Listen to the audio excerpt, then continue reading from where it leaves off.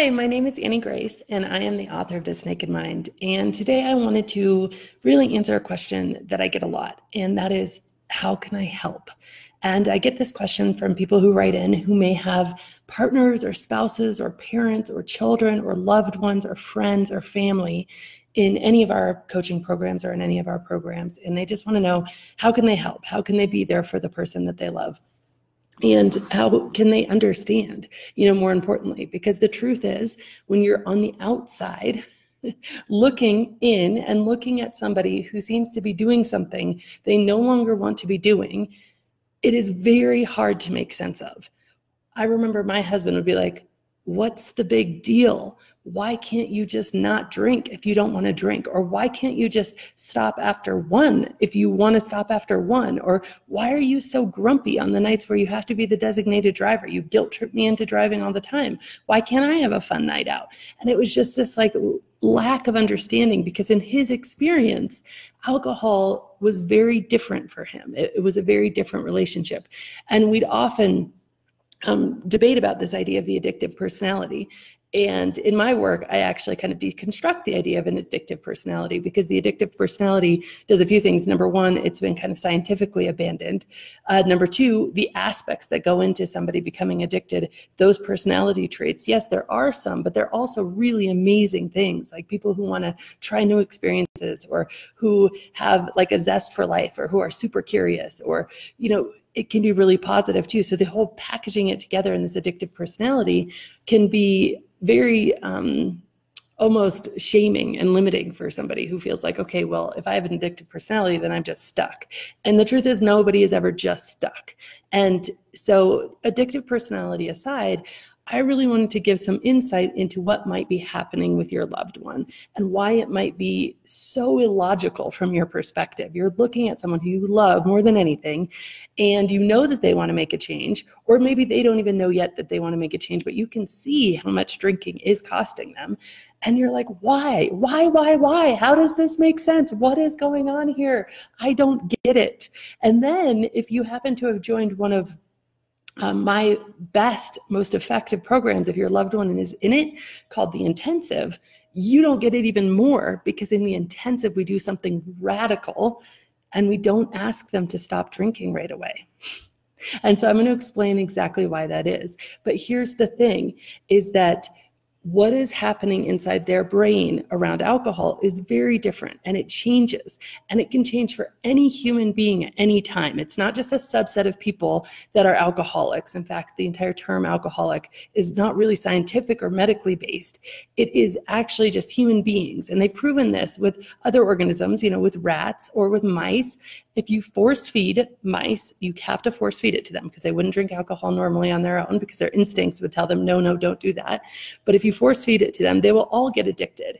And here is, what's really interesting. The rate of addiction with alcohol for people can be so vastly different based on a whole myriad of things, based on, obviously, there's some genetic components, but even more importantly, there's a lot of psychological components. And because that's what we can control, that's where I want to kind of focus our attention. So I'm going to go a little bit sciencey on you, and then I'm going to explain why in our approach, we actually do what's called the pause. So the method that I use, I've called it PATH, and it goes for pause, act, transform, and hone. And so pause is really the first thing. And that's where I say, stop. Get off the cycle you've been on. Because the truth is, when somebody is trying to change their drinking, most likely they're in a really painful cycle. And the cycle looks something like this. Okay, wake up in the middle of the night, absolutely racked with anxiety. Can't believe that I broke the promise either to myself or to someone else that I drank too much. There's probably tears. There's a lot of self-loathing. There's a lot of self-hatred. There's tons of anxiety. I'm going to do better tomorrow. And just if I can literally shame, hate, beat myself up enough, if I can see the horror of how far I've fallen into this trap, into this misery, then I'm going to be able to change. So at least for me, I would wake up in the middle of the night and I would just use it as this intense time to just beat myself up. And then the next morning, I would wake up and I'd have the best intentions, and then 4 or 5 o'clock would come, and all of a sudden I would start to crave alcohol. And cravings, and I'm going to explain to you exactly why, for somebody who has become at least even a little bit physically, but definitely psychologically, mentally, emotionally addicted to alcohol, cravings begin to feel almost like a life or death situation. They feel so intense. They feel so brutal and painful, and you just need to make it go away, that you end up having a drink. Because here's the thing, you're on this one side, and the noise of this craving is like overpowering. Like, I'm not even going to be okay. I'm not going to be able to relax. I'm not going to be able to enjoy anything. It's a very intense craving. This is the answer, right? And a lot of it is subconscious, but you just feel this desperate desire for a drink. And then you drink, and on the other side, you're like, oh no, this is worse. I didn't want to do this. This isn't what I wanted. This isn't doing what I thought it was going to do. What is going on? And so from the outside, it seems so illogical, because you watch somebody say they don't want something, and then they do it anyway, and then they're mad at themselves about it. And you're like, this is crazy. This is literally crazy. So I want to explain to you exactly why that happens, and why, in my approach, I have people actually pause and get out of that cycle. Because that cycle of doing something you don't want to do, it creates something internally that tears you up. It creates an internal war. It creates something called cognitive dissonance. So doing something, promising yourself, I'm not going to do it. I mean, I'd make all sorts of promises. I'm not going to drink until the weekend, and then I'd break that. Or I'm only going to have 2 glasses of wine, and then I'd break that. Or I'm only going to drink, after 5 p.m. and then I'd break that, and on and on and on, and all of these things.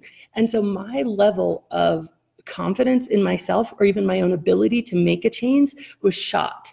I didn't feel any confidence in myself. And the truth is, for somebody to be able to change, they have to believe they can. They have to believe there's hope.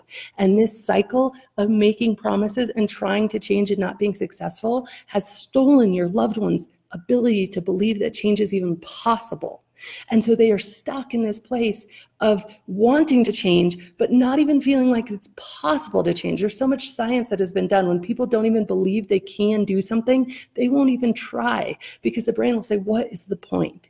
And so because of that deep pain of doing something they don't want to be doing, guess how they've been conditioned their entire life to handle pain? By picking up a drink. And so you can see how it really does feel like being trapped. And no, they're not going to tell you this outwardly. They're not going to tell you, oh my gosh, I feel like I'm trapped. You know why? Because they want desperately not to be trapped. And they're trying even to fool themselves into not being trapped. I was so trying to desperately say, no, I've got this. I'm in control. When the reality is, the only time I would admit to myself that I wasn't in control was at 3 o'clock in the morning, when I'd wake up and I'd realize, oh my gosh, I wanted to have a glass of wine and I had 6. Or I didn't even want to drink and I can't even count how much I drank. And I just had this anxiety flooding through me. So this is what happens in the brain, and this is what happens and why it doesn't happen to everyone. Now, there's a lot more science that goes into this. I'm going to try to simplify it as much as possible. And there's a lot of stuff, to be really honest with you, that no one knows about addiction. We're learning all the time. But I want to make this as simple as possible from what we do know and understand as of this moment. So you have something in your body that is, your survival mechanisms, right? And so one of these things is dopamine. And we're going to focus on dopamine because it's just so easy to understand and most people know what it is. And dopamine is the chemical that gets released when your brain says, oh, that thing you just did, do that thing again. So if you were out in the woods and you were finding raspberries and you're a caveman back in the day and you saw raspberries and you found them, you'd have a dopamine spike and be like, oh my gosh, that thing you just did, do that again. So obviously things like good food spike dopamine, sex spikes dopamine, target practice spikes dopamine. That's why first-person shooter games, video games, are so incredibly addictive. For this reason that I'm explaining, is that these things spike dopamine. So while, good food spikes dopamine or raspberries spike dopamine, artificial sugar, high fructose corn syrup, spikes dopamine at an artificially high level, artificial being man-made, levels in the brain that is not normal for just what has been created outside of what man has created, right? Alcohol and any addictive substance spikes dopamine at this artificially high level. The problem with this is that the brain wants to maintain homeostasis, so it wants to turn that down.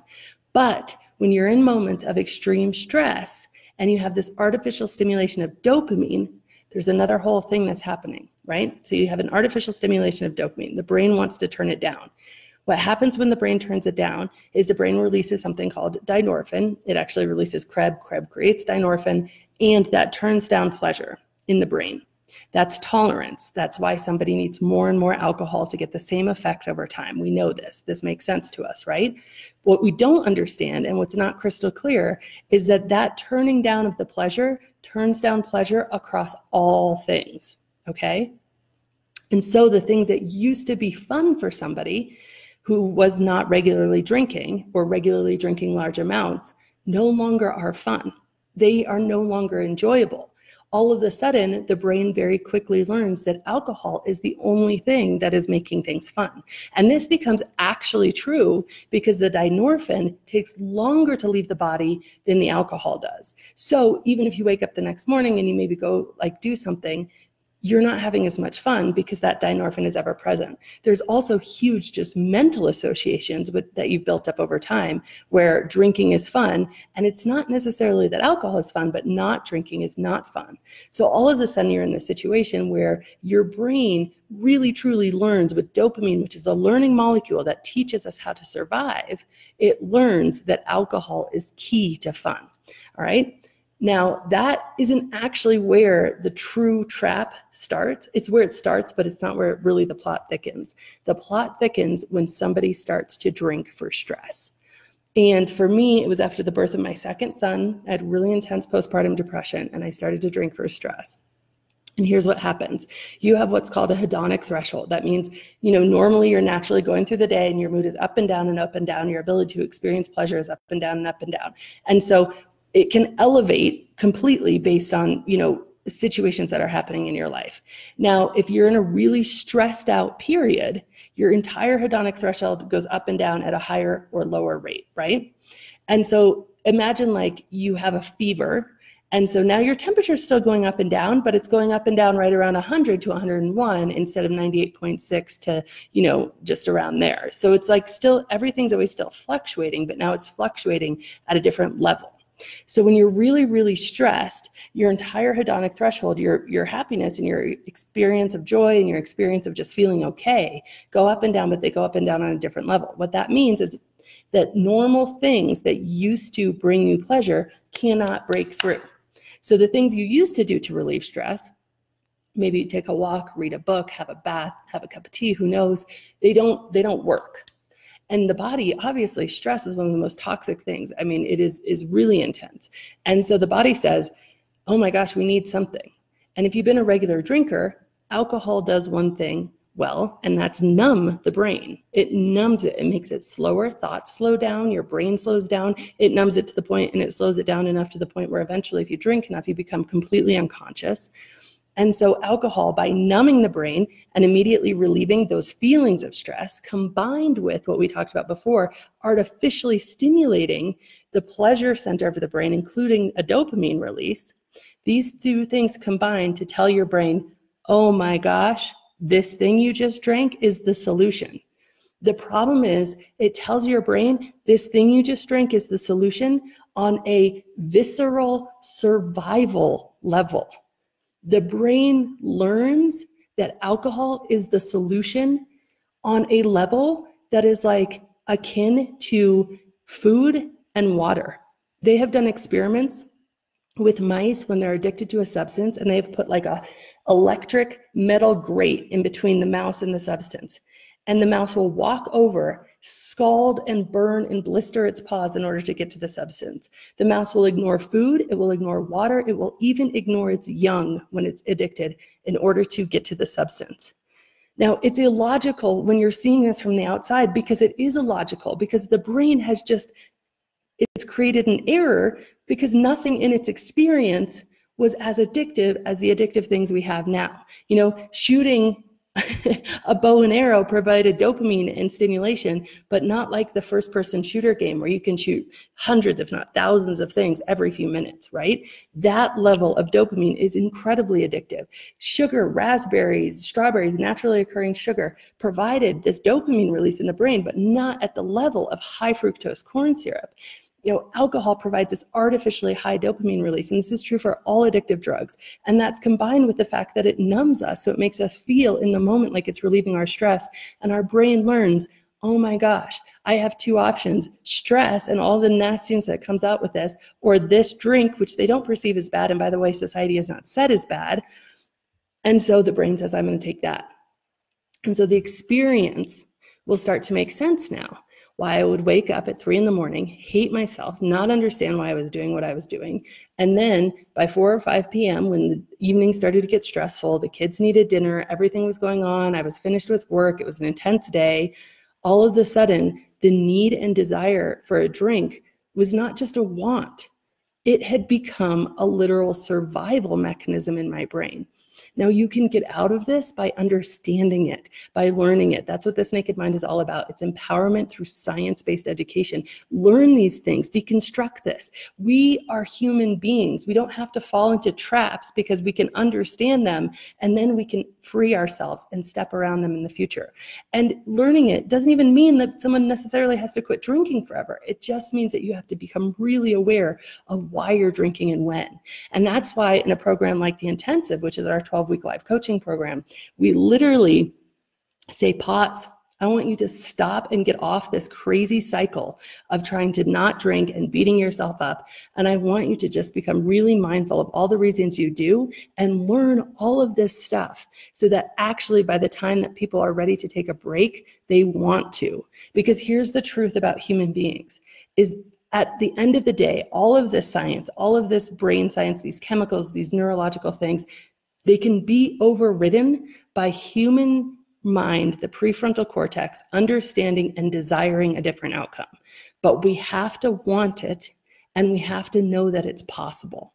And when we're stuck in that cycle of every single day trying something and it not being successful, we lose our faith in ourselves that it's even possible to change. And so my heart completely goes out to you. If you have somebody who you feel like is drinking too much, who is struggling with this, I just want to let you know that, number one, it's really how the brain is doing what it was supposed to do. It's just doing what it's supposed to do with the wrong stuff. Number two, their intentions are not bad. They were doing the best they could with the tools they had. If there were someone like me who was a young mom drinking for stress, it was the tool that was given me. I mean, literally, the hospital moms group is like, all right, it's all intense. Let's all go out for some wine. It is given to us in society. Do this for stress. I didn't know that that would mean that alcohol in my body would become such an intense craving and trigger because of how the brain works. But people who are doing this, like, here's the truth. They don't want to mess up their lives. They don't want to mess up your life. I promise you that as frustrated as you are with them, they are more frustrated with themselves. I promise you that as much as you are at the end of your wits, they hate themselves more. And what they need right now more than anything is a massive dose of compassion and understanding for you to take the pressure off so that they can really learn the things that they need to learn in order to truly make the changes that are right and they need to make in their life. And it is possible. It is not only possible, but with the right tools, the right information, it is probable. It can happen. I've seen it happen thousands and thousands and thousands of times. And it's incredible to watch. And not only in my journey, but now for thousands of other people. So I hope that this helps. I hope it helps make sense. Please let me know if you have any questions. And if you're curious about our intensive, we're actually kicking off October 1st. So I put the link in the chat if that's something that you know somebody who would really benefit from. All right. Have a great day.